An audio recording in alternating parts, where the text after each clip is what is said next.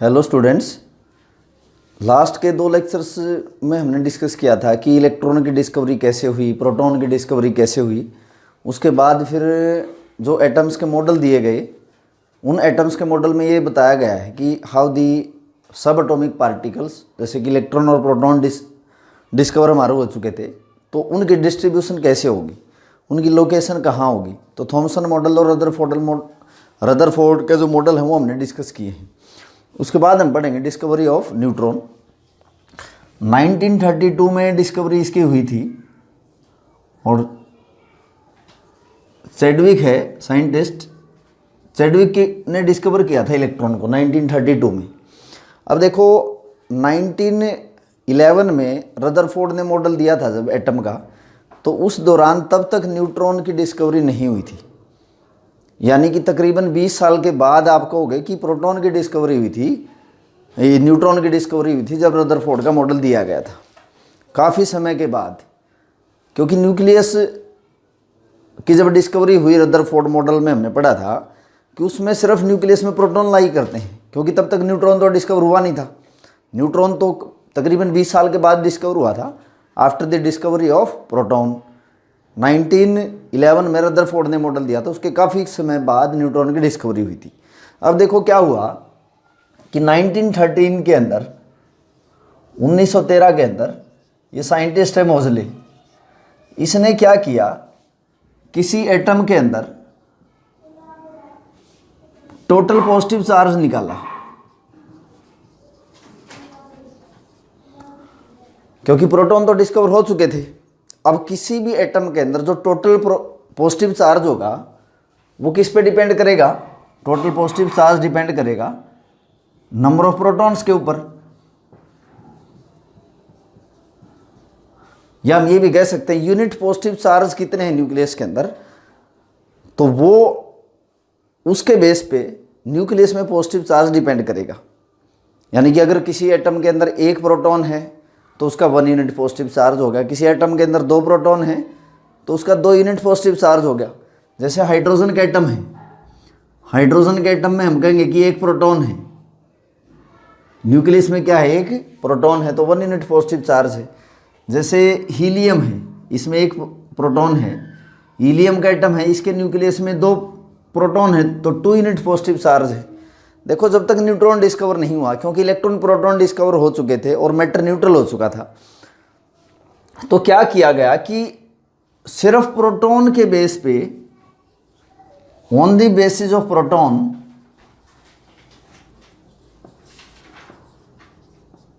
और इलेक्ट्रॉन भी डिस्कवर हो चुके थे एंड इलेक्ट्रॉन्स, क्या किया गया, एटम का मास निकाला गया। एटम का मास निकाला गया और एक्सपेरिमेंटली ये पाया गया कि जो एटम का मास है वो तो इलेक्ट्रॉन प्रोटॉन पे डिपेंड करेगा, क्योंकि तब तक तो इलेक्ट्रॉन और प्रोटॉन ही डिस्कवर हुए थे। तो किसी भी एटम का जो मास है वो डिपेंड करेगा किसके ऊपर, इलेक्ट्रॉन्स और प्रोटॉन्स के मास के सम के ऊपर। बट एक्सपेरिमेंटली ये पाया गया कि किसी भी एटम का जो मास है ना, इन दोनों के सम से कम पाया गया। तो इसका मतलब ये हुआ कि एटम के अंदर कुछ और पार्टिकल हैं जिस पे कोई चार्ज नहीं होता बट उसका मास है। मैं ये कह रहा हूँ कि अगर किसी एटम का मास निकाला जाए इलेक्ट्रॉन और प्रोटॉन के सम पे, तो हम यही कहेंगे कि वो एटम का मास उन्हीं पे डिपेंड करेगा। बट एक्सपेरिमेंटली उस दौरान ये पाया गया कि जब किसी एटम का मास निकाले गए कि जो एटम का मास है वो कहीं ज़्यादा है, किससे, इलेक्ट्रॉन और प्रोटॉन के सम से। तो इसका क्या मतलब हुआ कि it means atom also have some other particle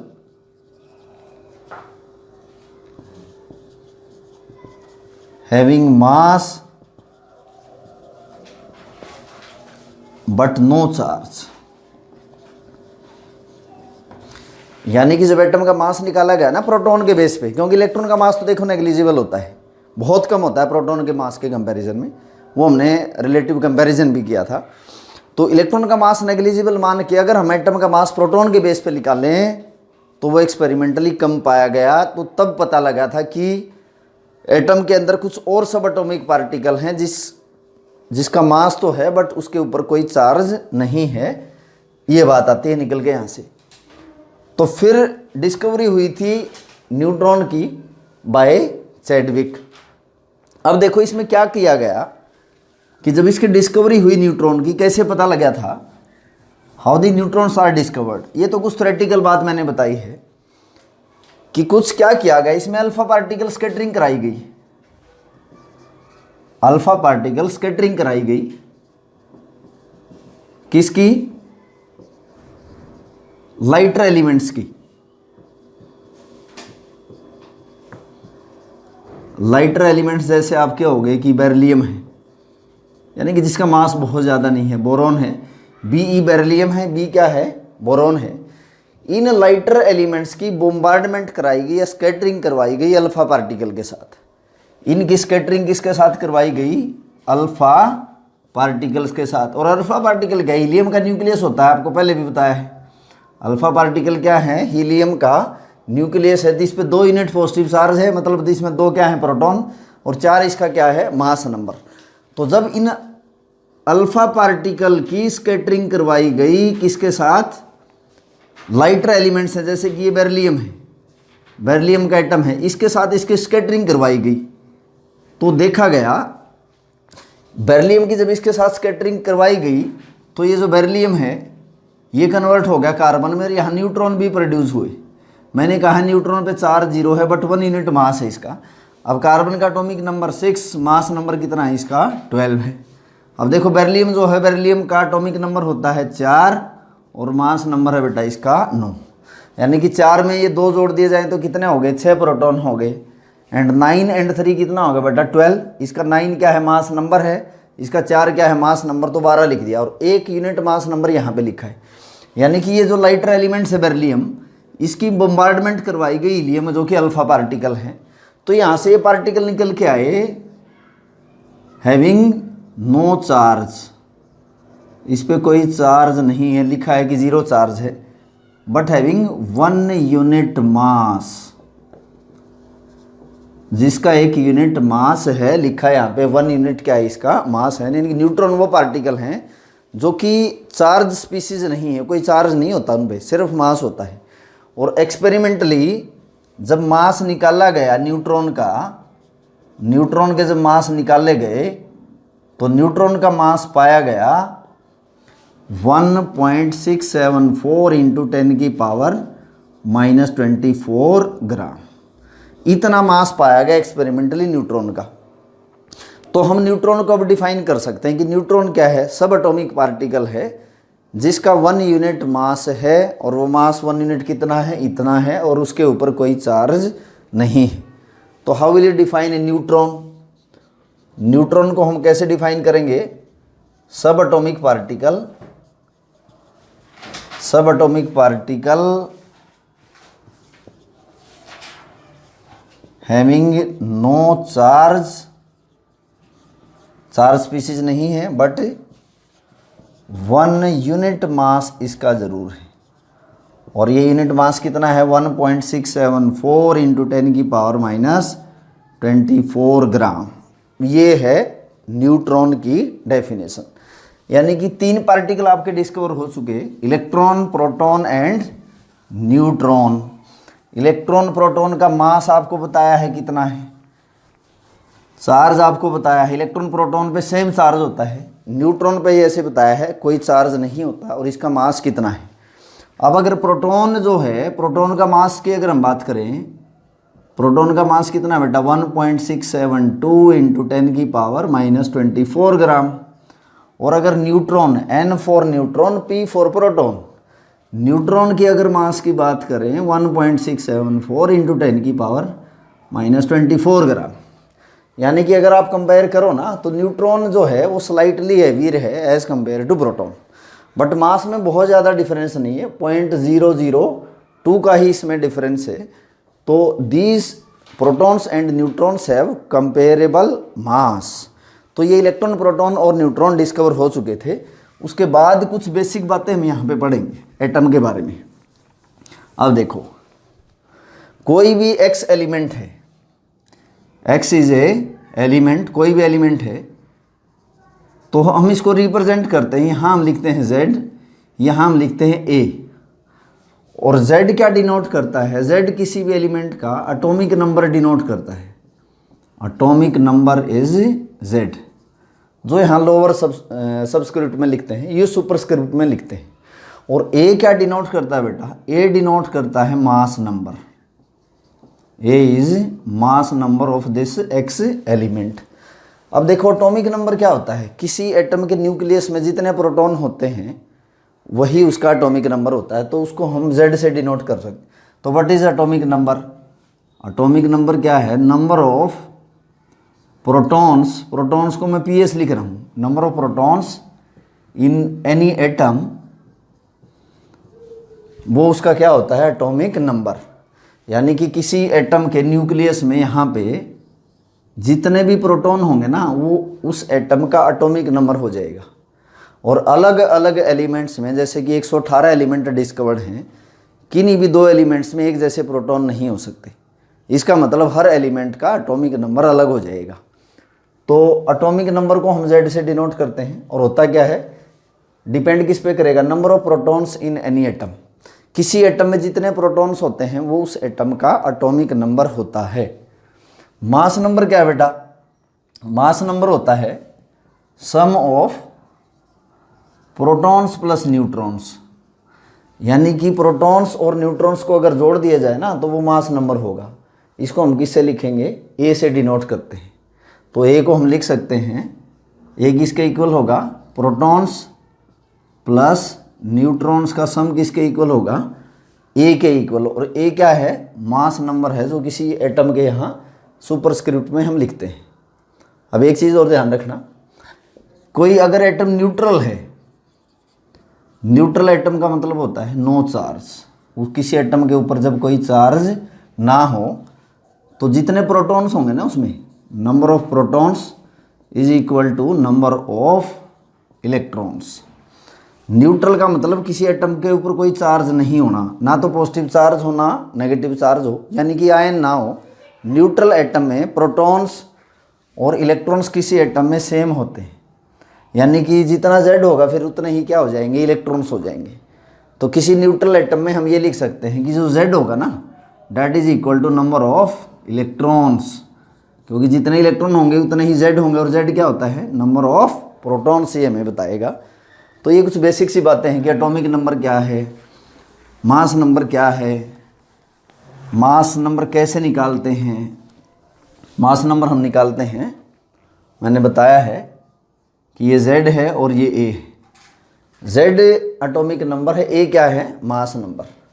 तो अगर आपको नंबर ऑफ न्यूट्रॉन्स निकालने हों, नंबर ऑफ न्यूट्रॉन्स अगर निकालने हों, तो आप कैसे निकाल लोगे? a minus Z. क्योंकि बेटा जो ये a है, ये सम है किसका? प्रोटॉन प्लस न्यूट्रॉन का। प्रोटॉन और न्यूट्रॉन में से अगर हमने प्रोटॉन माइनस कर दिए तो क्या निकल के आ जाएंगे? नंबर ऑफ न्यूट्रॉन्स निकल के आ जाएंगे। जैसे एग्जांपल है कि मैंने लिखा Na सोडियम, इसका एटॉमिक नंबर 11 है और इसका मास नंबर कितना है? 23 है। सो ये 23 है, ये सम है प्रोटॉन्स प्लस न्यूट्रॉन का।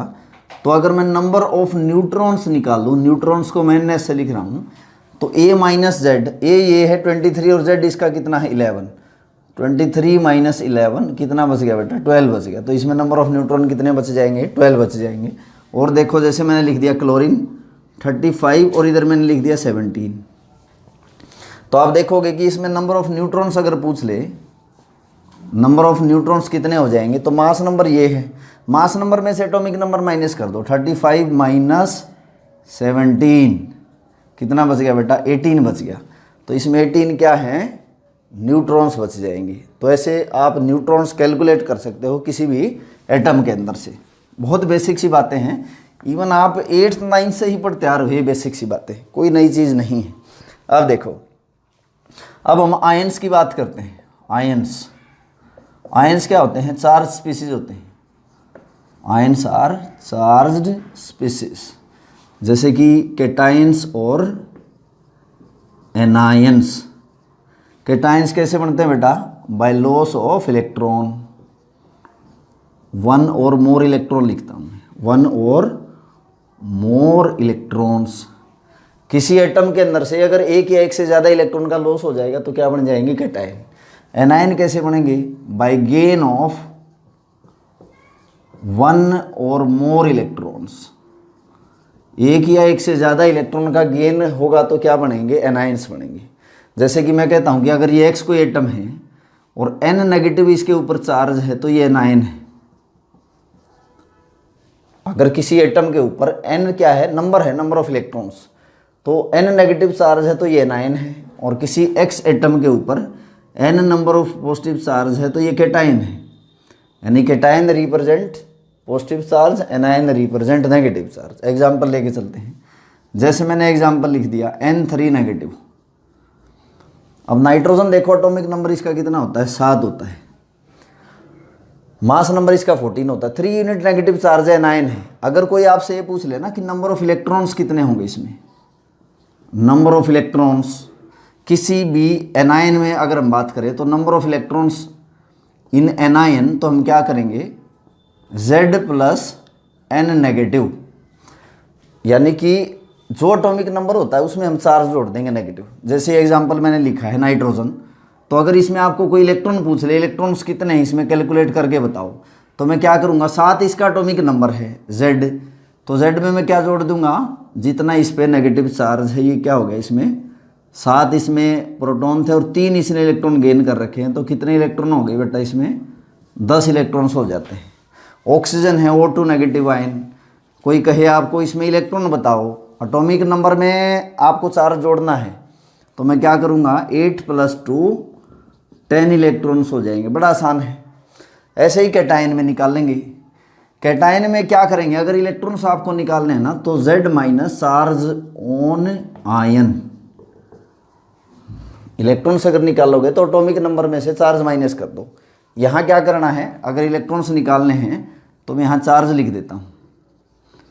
Z में आप क्या करोगे? चार्ज जोड़ दोगे जितना नेगेटिव चार्ज है। जैसे मैं जोड़ रहा हूँ इसमें, जैसे यहाँ देखो Na+ है। अगर कोई आपसे पूछ ले भाई इसमें इलेक्ट्रॉन्स निकालो, तो देखो इसका एटॉमिक नंबर 11 होता है। इलेक्ट्रॉन्स कितने बच जाएंगे? 11 - 1। कितने इलेक्ट्रॉन बच गए बेटा? 10 बच गए, क्योंकि 1 यूनिट पॉजिटिव चार्ज है। Mg2+ आयन है। अगर इसका एटॉमिक नंबर देखो 12 होता है। कोई इलेक्ट्रॉन्स अगर पूछ ले तो 12 - 2 कितने बच गए बेटा? 10 इलेक्ट्रॉन इसमें बच गए। बड़ी बेसिक सी बातें हैं। तो ऐसे किसी एटम के अंदर से आप इलेक्ट्रॉन्स निकाल सकते हो, आयन के अंदर से, सॉरी, कैटायन और एनायन के अंदर से। और अगर देखो न्यूट्रल है, अगर कोई न्यूट्रल एटम है, फिर जो इलेक्ट्रॉन्स होंगे ना, इलेक्ट्रॉन्स प्रोटॉन्स, उसमें क्या होते हैं? सेम होते हैं न्यूट्रल एटम में। एनायन में आपको एटॉमिक नंबर में चार्ज जोड़ना है। कैटायन में अगर इलेक्ट्रॉन निकालते हो तो एटॉमिक नंबर से आपको चार्ज माइनस करना है, तो आप इलेक्ट्रॉन वहाँ से कैलकुलेट कर सकते हो। कुछ बेसिक सी टर्म और इसमें हम डिस्कस करेंगे, जैसे आइसोटॉप्स पढ़ के आए हैं हम, आइसोबार्स, या जैसे आइसोटोन्स हैं, ये पढ़ेंगे। देखो आइसोटॉप्स क्या होंगे? What are isotopes? देखो, एटम्स ऑफ सेम एलिमेंट। अगर एक ही एलिमेंट के एटम होंगे तो एटॉमिक नंबर तो सेम होगा, क्योंकि सेम एलिमेंट्स के एटम में हमेशा प्रोटॉन सेम होते हैं। तो atoms of same element having same atomic number. Atomic number इसमें क्या होगा? Same atomic number but different mass number. Mass number इसमें क्या होगा बेटा? डिफरेंट होगा। जैसे कि एग्जांपल है कि मैंने लिख दिया हाइड्रोजन के, मैंने आइसोटोप लिख दिए। हाइड्रोजन के जैसे 3 आइसोटोप लिख दिए।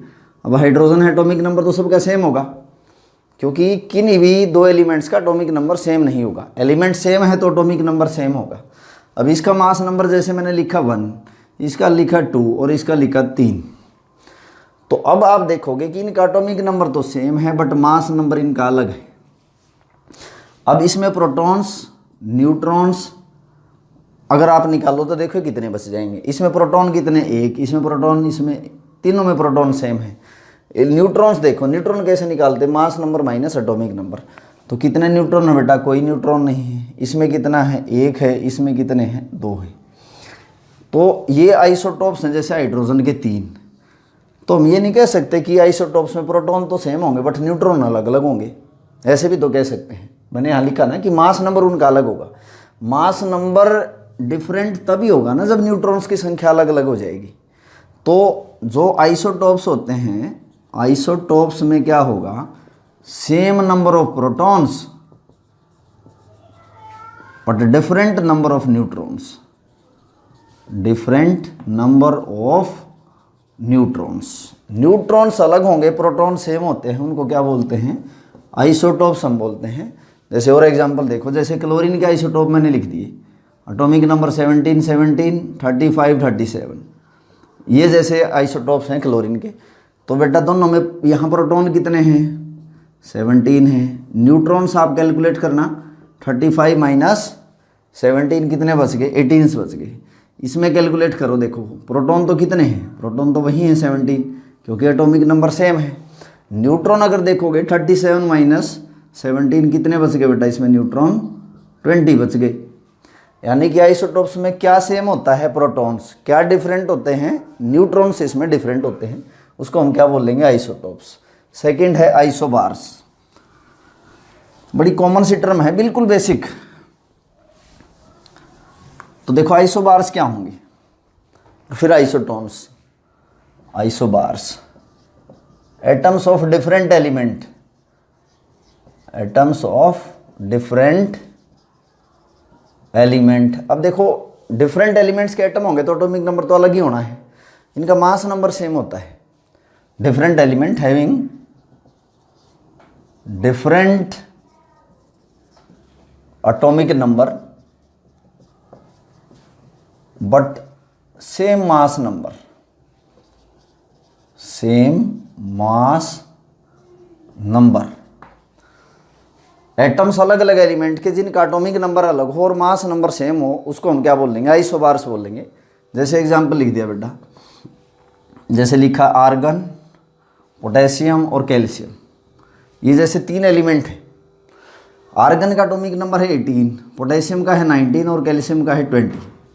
अब जैसे इसका मास नंबर लिखा मैंने 40, 40 एंड 40। अगर आप इनमें प्रोटॉन्स और न्यूट्रॉन्स कैलकुलेट करो, प्रोटॉन कितने बेटा, इसमें 18 हैं क्योंकि एटॉमिक नंबर इतना है। इसमें प्रोटॉन कितने हैं, 19 हैं, और इसमें 20 हैं। तो तीनों में प्रोटॉन्स क्या हैं, अलग अलग हैं। न्यूट्रॉन्स कैलकुलेट करना, इसमें कितने न्यूट्रॉन्स हैं, आर्गन में 22 न्यूट्रॉन्स हैं। इसमें कितने न्यूट्रॉन है बेटा, 21 हैं, और इसमें कितने हैं, 20 हैं। यानी कि जो ये 3 आइसोटोप्स मैंने लिखे हैं, एटॉमिक नंबर तीनों का अलग है बट मास नंबर क्या है, सेम है। तो इनमें आप देखोगे प्रोटॉन्स भी अलग होंगे और न्यूट्रॉन्स भी अलग होंगे। तो जो आइसोबार्स होते हैं, आइसोबार्स में आप कह सकते हो, आइसोबार्स में डिफरेंट प्रोटॉन्स, प्रोटॉन्स भी डिफरेंट होंगे और डिफरेंट न्यूट्रॉन्स। प्रोटॉन्स और न्यूट्रॉन्स दोनों डिफर करते हैं, उसको क्या बोलेंगे हम, आइसोबार्स बोलेंगे। तीसरी टर्म है बेटा आइसोटोन्स। आइसो का वर्ड मैंने, आइसो मीन्स होता है सेम। आइसो जो लिखा है इनमें तीनों में, आइसो का मतलब ही सेम होता है। तीसरी टर्म है बेटा इसमें आइसोटोन्स। आइसोटोन्स में क्या होता है कि एटम्स डिफरेंट एलिमेंट के होते हैं बट इनमें सेम नंबर ऑफ न्यूट्रॉन्स होते हैं। आइसो मतलब सेम, टोन्स इलेक्ट्रॉन्स न्यूट्रॉन्स के लिए बोल रहा हूँ कि atoms of different element having different atomic number but same number of neutrons, उसको हम क्या बोलेंगे, आइसोटोन्स। तो डेफिनेशन देखो, atoms of different elements having different atomic number, क्योंकि अलग अलग एलिमेंट के एटम है तो एटॉमिक नंबर तो अलग होना ही है, but same number of neutrons, जिसमें न्यूट्रॉन्स एक जैसे हों उनको क्या बोलेंगे, आइसोटोन्स बोलेंगे। जैसे एग्जांपल देखेंगे, जैसे आपके पास है कार्बन है, नाइट्रोजन है और ऑक्सीजन, ये 3 एलिमेंट लिख दिए बेटा। अब तीनों अलग अलग एलिमेंट है तो प्रोटॉन तो अलग होंगे, प्रोटॉन अलग है तो एटॉमिक नंबर भी इनका अलग ही है। इसका एटॉमिक नंबर 6, इसका 7 और इसका 8। किन्हीं भी दो एलिमेंट के एटॉमिक नंबर एक जैसे नहीं हो सकते, तो प्रोटॉन हमेशा अलग अलग रहेंगे अलग अलग एलिमेंट्स में। तो अब जैसे मैंने इसका मास नंबर लिख दिया 14, 12 भी होता है बट उसका आइसोटोप है 15 और ये 16। आप इसमें देखोगे प्रोटॉन्स और न्यूट्रॉन्स कितने कितने, इसमें प्रोटॉन कितने हैं बेटा 6, इसका एटॉमिक नंबर है। इसमें प्रोटॉन कितने हैं 7, इसका एटॉमिक नंबर है। इसमें प्रोटॉन कितने हैं 8, जो इसका एटॉमिक नंबर है। न्यूट्रॉन्स कैलकुलेट करो, 14 minus 6 mass number minus atomic number, कितने न्यूट्रॉन हो गए बेटा 8। 15 माइनस 7 कितने न्यूट्रॉन होंगे 8 हो गए। एंड 16 माइनस 8 इसमें 8 न्यूट्रॉन। तो इनमें देखोगे न्यूट्रॉन सेम है, तो ये तीनों क्या हैं, तीनों आइसोटोन्स हैं। एटॉमिक नंबर तो डिफरेंट है बट इनमें जो मास नंबर भी डिफरेंट है, बट सेम क्या है, सेम नंबर ऑफ न्यूट्रॉन्स। तो हम कह सकते हैं कि जो आइसोटोन्स हैं, आइसोटोन्स है डिफरेंट प्रोटॉन्स। प्रोटॉन्स क्या होंगे इसमें डिफरेंट्स होंगे। और क्या इसमें मास नंबर सेम है, नहीं, तो different mass number, different mass number but same क्या है, same number of neutrons. Neutrons इनमें सेम है तो इनको हम क्या बोल देंगे, these are known as isotones. बड़ी बेसिक सी बातें हैं। तो कई बार ऐसे न्यूमेरिकल भी आपको पूछ लेता है, तो बहुत आसान, कि किसी एटम के अंदर कितने इलेक्ट्रॉन्स हो जाएंगे, कितने प्रोटॉन्स हो जाएंगे या कितने न्यूट्रॉन्स हो जाएंगे। कुछ ऐसे न्यूमेरिकल हमने मोल कंसेप्ट में भी सीखे हैं। एक न्यूमेरिकल यहाँ भी करवा देता हूँ ताकि समझ पाओगे, रिलेट कर पाओगे मोल से इसको। जैसे मैंने लिखा कि calculate the number of electrons, protons, PS protons हैं, इलेक्ट्रॉन्स एंड न्यूट्रॉन्स, N ऐसे बेटा neutrons, in 0.018 gram of phosphorus, जिसका सिंबल यहाँ मैंने लिखा एटॉमिक नंबर 3 और मास नंबर लिख दिया मैंने 30। तो ये जो फॉस्फोरस है ना, जिसका एटॉमिक नंबर 15 है, मास नंबर कितना है 30 है, तो आपको इसमें इलेक्ट्रॉन्स, प्रोटॉन्स और न्यूट्रॉन्स निकालने हैं, कितने बन जाएंगे। अब देखो इलेक्ट्रॉन्स, प्रोटॉन, न्यूट्रॉन्स हम कब निकाल पाते हैं, जब एक एटम के हमें इलेक्ट्रॉन, प्रोटॉन और न्यूट्रॉन्स पता हों, तो आप फिर बड़ी आसानी से निकाल सकते हैं। तो इसमें आपको क्या करना है, स्ट्रेटजी कैसे अपनानी है क्वेश्चन को सोल्व करने के लिए, कि 0.018 ग्राम जो फॉस्फोरस है ना, इसमें फॉस्फोरस के एटम निकाल लो। जितने भी एटम बनेंगे फिर वहाँ से आप क्या करो, एक एटम के इलेक्ट्रॉन, प्रोटॉन, न्यूट्रॉन देख के जितने भी एटम बनते हैं 0.018 ग्राम, 0.18 ग्राम के अंदर, फिर आप उनसे उनको मल्टीप्लाई कर दोगे। जैसे मैं कह रहा हूँ कि फॉस्फोरस जो है इसका एटॉमिक नंबर 15 है, मास नंबर इसमें 30 है, तो प्रोटॉन्स कितने हैं बेटा इसमें, प्रोटॉन्स 15 है, इलेक्ट्रॉन्स कितने हैं वो भी 15 है। और अगर न्यूट्रॉन्स कहे तो आपको न्यूट्रॉन्स कैसे निकालते हैं, mass number minus atomic number, तो वो भी इसमें 15 ही है। यानी कि अगर एक चीज़ निकाल लो, तीनों तो अपने आप ही पता लगी। तो मैं क्या करूं कि 0.018 ग्राम में नंबर ऑफ एटम्स कितने हैं वो मैं निकाल पाऊं। और उसके लिए मैं क्या करूं, पहले फॉस्फोरस को मोल में बदल दूं, मोल को एटम में कन्वर्ट कर लो, फिर वहाँ से प्रोटॉन, इलेक्ट्रॉन्स और न्यूट्रॉन निकाल लो। तो कैसे करोगे, number of mole of phosphorus, इसके मोल्स निकाल लो आप कितने हैं, इसका एटॉमिक नंबर 15 है, मास नंबर इतना है, तो 0.18 ग्राम। अब फॉस्फोरस का मास नंबर कितना है बेटा 30 है, तो इसके मोल आप कैलकुलेट कर लो, मोल कितने बने। तो कितना बच गया बेटा, ये 18 बाय, ये बच गया इंटू 100, डेसिमल को रिमूव कर दिया, यानी कि 18 बाय 3000। तो कैलकुलेट कर लो बेटा, ये कितना आ गया 6 बाय 1000। तो कैसे लिखोगे, आप लिख सकते हो कि 0.006, या हम इसको ऐसे भी लिख सकते हैं 6 × 10⁻³ इतने मोल आ गए बेटा आपके पास। 0.018 ग्राम में फॉस्फोरस के कितने मोल बने, 0.18 ग्राम को डेसिमल रिमूव कर दिया, 30 इसका मास नंबर है। क्योंकि हम मोल निकालना सीख के आए हैं, मोल कैसे निकालते हैं, given mass by atomic mass, ये मोल निकालने का फार्मूला है। तो मोल कितने बन गए, 6 × 10⁻³ मोल बन गए। अब हम क्या करेंगे, नंबर ऑफ एटम्स निकाल लें। इसमें नंबर ऑफ एटम्स कैसे निकालते हैं, मोल को एवोगैड्रो नंबर से मल्टीप्लाई करते हैं। नंबर ऑफ एटम कैसे निकालते हैं बेटा, n जो है नंबर ऑफ मोल, इसको हम किससे मल्टीप्लाई करते हैं, एवोगैड्रो नंबर से मल्टीप्लाई करते हैं। और n क्या है इसमें, नंबर ऑफ मोल। मोल कितना है बेटा, 6 × 10⁻³ इतने मोल हैं। देखो कैलकुलेट करके मैंने बताए हैं। एवोगैड्रो नंबर n ए क्या होता है, एवोगैड्रो नंबर। वैसे तो इसकी एक्चुअल वैल्यू होती है 6.022 × 10⁻23। तो ये होती है इसके एक्चुअल वैल्यू। बट जब न्यूमेरिकल आप इसमें निकालोगे तो आप इसको लिख सकते हो 6 × 10⁻23। आसान हो जाएगा, बहुत ज़्यादा फर्क नहीं पड़ेगा रिजल्ट पे। तो 6 × 10⁻³ इंटू 6 × 10⁻23। तो कितने एटम्स बने बेटा, 36 × 10⁻20 एटम्स बन गए। किसके, फॉस्फोरस के। अब देखो एक एटम के अंदर प्रोटॉन 15 है, तो इतने एटम के अंदर कितने होंगे, निकल नहीं गए बड़े आसानी से। उतने ही इलेक्ट्रॉन हो जाएंगे, उतने ही न्यूट्रॉन हो जाएंगे। तो अगर मैं कहूँ ना कि नंबर ऑफ प्रोटॉन्स निकालो भाई, नंबर ऑफ प्रोटॉन्स कितने होंगे, एक एटम में प्रोटॉन कितने हैं, 15 हैं। तो ये जो एटम्स निकल के आए इसमें कितने होंगे, मल्टीप्लाई कर दो 30 इसको 15 से, तो नंबर ऑफ प्रोटॉन्स कितने हो जाएंगे, 36 इंटू कितने प्रोटॉन है एक में, 15 × 10⁻20 इतने क्या हो जाएंगे, प्रोटॉन्स। और इतने प्रोटॉन हैं, इतने इलेक्ट्रॉन हैं, इतने ही न्यूट्रॉन हैं। तो मैं इलेक्ट्रॉन्स कहूँगा वो भी क्या होंगे, इतने ही होंगे सेम। और न्यूट्रॉन्स जो हो जाएंगे वो भी सेम होंगे जितने क्या आए हैं प्रोटॉन। यानी कि बेटा कंक्लूजन इसमें ये है कि आपको क्या करना है कि ग्राम को मोल में बदल लो, मोल से नंबर ऑफ एटम्स निकाल लो।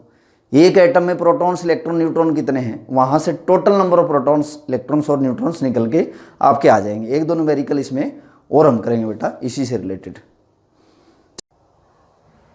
प्रॉब्लम देखेंगे बेटा, बड़ी अच्छी प्रॉब्लम है, आप खुद कोशिश भी करोगे ऐसी प्रॉब्लम स्कोर। कोई एलिमेंट है, कोई एलिमेंट मान लिया मैंने, एक्स एलिमेंट है, x is an element with mass number 81। इसका मास नंबर कितना है, 81 है। यहाँ लिख देता हूँ, कोई एक्स एलिमेंट है जिसका मास नंबर कितना है, 81 है। कंटेन 31.7% मोर, मोर मतलब ज़्यादा है, क्या है ज़्यादा, न्यूट्रॉन्स ज़्यादा हैं। तो किससे ज़्यादा है, किसी से तो बताएगा, एज कंपेयर टू प्रोटॉन। यानी कि जितने प्रोटॉन्स हैं ना उससे 31.7% न्यूट्रॉन्स ना ज़्यादा है किसी एटम के अंदर जिसका मास नंबर कितना है, 81 है। तो कह रहा है कि असाइन दी एटॉमिक सिंबल। अब एटॉमिक सिंबल तो हम तब बताएंगे ना जब हमें एटॉमिक नंबर पता हो। और एटॉमिक नंबर पता करने के लिए हम क्या पता करते हैं बेटा, प्रोटॉन्स पता करते हैं, क्योंकि जिस एटम में जितने प्रोटॉन्स होते हैं वही उसका एटॉमिक नंबर होता है। तो हम क्या करें, प्रोटॉन्स ना निकाल लें, प्रोटॉन्स निकल के तो हम किसी भी एलिमेंट का सिंबल बता सकते हैं, एटॉमिक नंबर बता सकते हैं। अब देखो मास नंबर किसके इक्वल होता है, mass number is equal to protons plus neutron. अब आपको मास नंबर तो बता ही रखा है, कितना है, 81 है। तो मैं क्या करता हूँ कि प्रोटॉन्स को मान लेता हूँ कि प्रोटॉन्स जो हैं, टोटल जो प्रोटॉन्स हैं इसके अंदर, टोटल प्रोटॉन्स मैंने x मान लिए।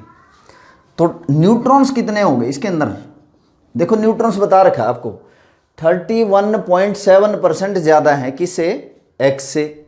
और x क्या है बेटा, इसमें प्रोटॉन्स मैंने x मान लिए, भाई इसमें x प्रोटॉन है, क्योंकि x निकल गया तो आपका एलिमेंट पता लग जाएगा कौन सा है। तो मैं क्या कहूँगा, न्यूट्रॉन कितने हैं, x क्या है, प्रोटॉन, इससे कितने ज़्यादा हैं, 31.7% ज़्यादा है किसके, x के। तो इंटू x कर देता हूँ मैं यहाँ पे, x क्या है, नंबर ऑफ प्रोटॉन। इससे प्रोटॉन से इतने 31.7% प्रोटॉन से ये ज़्यादा है। तो न्यूट्रॉन्स कितने बन गए बेटा, न्यूट्रॉन्स बन गए x प्लस 31.7/100, इसको क्या लिखोगे, 0.317 इंटू x, इतने बन गए बेटा। न्यूट्रॉन्स कितने आए फिर इसमें, x यहाँ भी है यहाँ भी है, कॉमन निकाल लिया तो कितना बन गया, 1 प्लस 0.317, तो कितना होगा बेटा 1.317x। ये क्या आ गए, न्यूट्रॉन्स। अब न्यूट्रॉन पता लग गए, प्रोटॉन पता लग गए, तो एटॉमिक नंबर नहीं निकाल सकते हम। तो मास नंबर किसके इक्वल है, मास नंबर इक्वल है 81 के। और प्रोटॉन्स कितने हैं बेटा, प्रोटॉन्स को हमने मान लिया था x है। और न्यूट्रॉन कितने हैं, न्यूट्रॉन मैंने कैलकुलेट तो करें, ये 1.317x है। तो मैं ये क्या कर देता हूँ, 1.317x, जो कि क्या है, न्यूट्रॉन्स। यहाँ से निकाले मैंने, न्यूट्रॉन्स कितने हैं, जितने प्रोटॉन है ना उसके 31 किससे ज़्यादा हैं, प्रोटॉन से कितने, 31.7% ज़्यादा हैं। तो प्लस का साइन लगा रखा है, अगर कम कह देता तो माइनस कर देते हम। तो ये तो हो गए प्रोटॉन्स और ये हो गए आपके neutrons. These are protons and these are neutrons. तो तो अब आप देखोगे कि यहाँ से x निकाल लो। अगर आपने x निकाल लिया ना तो फिर यहाँ से आप प्रोटॉन बता सकते हो। तो 81 इज इक्वल टू, यहाँ से x कॉमन निकालोगे तो ये कितना बन गया बेटा 2.317x हो गया। तो x निकाल लो यहाँ से, x इसके साथ मल्टीप्लाई है तो 81/2.317, तो x आ गया बेटा आपका 35। कैलकुलेट करोगे ना x आपका 35 आ गया। तो यानी कि जो x एलिमेंट है जिसका मास नंबर 81 है तो एटॉमिक नंबर कितना है 35। 35 एटॉमिक नंबर किसका होता है बेटा, ब्रोमीन का होता है। इसका मास नंबर 81 है और एटॉमिक नंबर 35। तो ये एलिमेंट हमने असाइन कर दिया, इसका सिंबल 35 है और ये एलिमेंट कौन है, ब्रोमीन है। तो ये था हमारा एक न्यूमेरिकल। ऐसा ही एक न्यूमेरिकल और हम इसमें करते हैं। Let us start another problem. Next problem देखेंगे बेटा। कोई आयन है आपका, आयन तो वो होता है जिस पे चार्ज होता है, और आयन है जिसका मास नंबर 37 है, लिख दिया मैंने यहाँ पे, जिसका मास नंबर कितना है 37। और मास नंबर क्या होता है, प्रोटॉन प्लस न्यूट्रॉन का सम होता है। Possesses 1 unit negative charge, 1 unit negative charge है, यानी कि 1 इलेक्ट्रॉन इसने गेन कर रखा है। तो इलेक्ट्रॉन कितने हैं इसमें, जितने प्रोटॉन है ना उससे ज़्यादा इलेक्ट्रॉन कितना है इसमें 1। तो प्रोटॉन कितने हो जाएंगे, एटॉमिक नंबर से 1 कम हो जाएगा।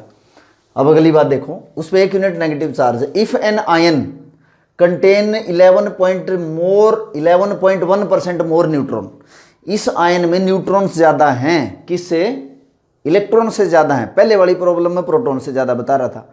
प्रोटॉन इलेक्ट्रॉन से हम असाइन करके मास नंबर निकाल सकते हैं। मास नंबर बता रखा है इन्होंने, तो हम प्रोटॉन निकाल सकते हैं। प्रोटॉन अगर निकल गया तो एक्स पता लग गया, हमें एलिमेंट पता लग जाएगा कौन सा है। तो कह रहा है कि इफ़ एन आयन, इस आयन के अंदर 11.1%, 11.1% न्यूट्रॉन्स ज़्यादा हैं, किससे, इलेक्ट्रॉन से। तो हमें इसका सिंबल बताना है। अब देखो मास नंबर क्या होता है बेटा, मास नंबर होता है प्रोटॉन्स प्लस न्यूट्रॉन्स का सम होता है। PS प्रोटॉन्स हैं, NS क्या है, न्यूट्रॉन्स। तो मास नंबर तो आपको बता ही रखा है कि 37 है। और क्या बता रहा है कि न्यूट्रॉन्स बता रहा है आपको, न्यूट्रॉन्स कितने हैं, 11.1% ज़्यादा न्यूट्रॉन है इलेक्ट्रॉन से। तो हम क्या करें भाई, इलेक्ट्रॉन्स निकाल लें आयन के अंदर। इलेक्ट्रॉन्स आयन के अंदर पता लग गए तो प्रोटॉन पता लग गए, प्रोटॉन पता लग गए तो हमें एलिमेंट का एटॉमिक नंबर पता लग जाएगा। तो मैं मान लेता हूं कि suppose number of electrons in ion is equal to X number of electron है इस आयन के अंदर। तो हम ये कहेंगे कि प्रोटॉन्स कितने होंगे, प्रोटॉन कितने होंगे बेटा, x-1 होंगे। क्यों, क्योंकि आपको ये बताया है कि यहाँ पे हम z लिखते हैं एटॉमिक नंबर। एटॉमिक नंबर जो होता है ना वो उतने ही प्रोटॉन होते हैं, और जितने प्रोटॉन होते हैं उतने ही इलेक्ट्रॉन होते हैं किसी न्यूट्रल एटम में। अब ये जो आयन है इसमें जितने इलेक्ट्रॉन हैं, कितने हैं, z में 1 जोड़ दूंगा मैं, एटॉमिक नंबर में 1 जोड़ दो तो इतने क्या है इसमें इलेक्ट्रॉन हो गए। तो प्रोटॉन कितने हो जाएंगे, ये और इसके सम में से 1 इलेक्ट्रॉन माइनस कर देना तो आपके नंबर ऑफ प्रोटॉन आ जाएंगे।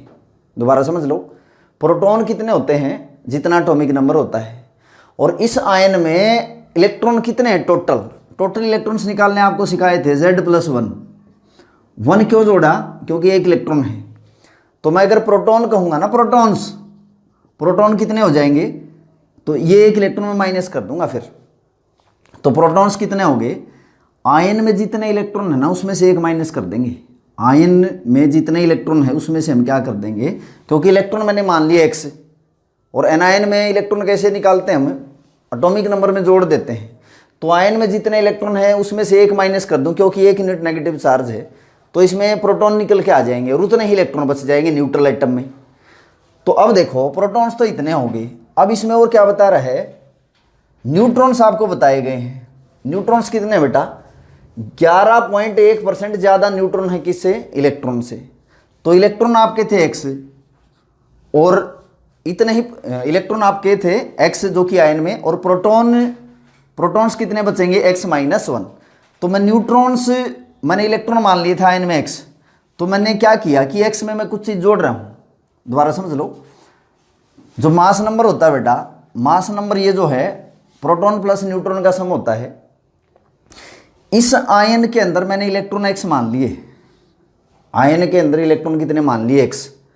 और फिर आपको क्या कह रहा है कि इलेक्ट्रॉन जितने हैं ना उससे 11.1% न्यूट्रॉन ज़्यादा है। तो न्यूट्रॉन कितने हो गए, x क्या है आयन में इलेक्ट्रॉन, और न्यूट्रॉन कितने ज़्यादा हैं, 11.1% ज़्यादा न्यूट्रॉन है किसके, x के। फिर मैं क्या करूँगा, न्यूट्रॉन्स निकाल लूँगा। न्यूट्रॉन्स कितने हो गए, x प्लस ये कितना आ गया बेटा 0.111 टाइम्स x आ गया। तो इसको कैसे सोल्व करोगे, x कॉमन निकाल लिया, 1 प्लस 0.111 कितना आ गया बेटा 1.111x, ये क्या आ गए, न्यूट्रॉन्स आ गए। न्यूट्रॉन्स आ गए आपके पास, प्रोटॉन पता रही हैं कितने हैं, x-1। तो मास नंबर निकाल लूँगा मैं, मास नंबर, और मास नंबर इन्होंने बता रखा है कितना है, मास नंबर इसका बता रखा है 37 है। Mass number protons plus neutrons के इक्वल होगा। मास नंबर कितना है 37, और प्रोटॉन कितने हैं बेटा, प्रोटॉन ये हैं x-1, इतने क्या है प्रोटॉन, और न्यूट्रॉन्स कितने हैं, ये न्यूट्रॉन आ गया आपके पास 1.111x, इतने क्या हैं न्यूट्रॉन्स हैं। तो ये माइनस का 1 है इधर आ गया, तो प्लस का हो गया 38, that is equal to x plus 1.111x।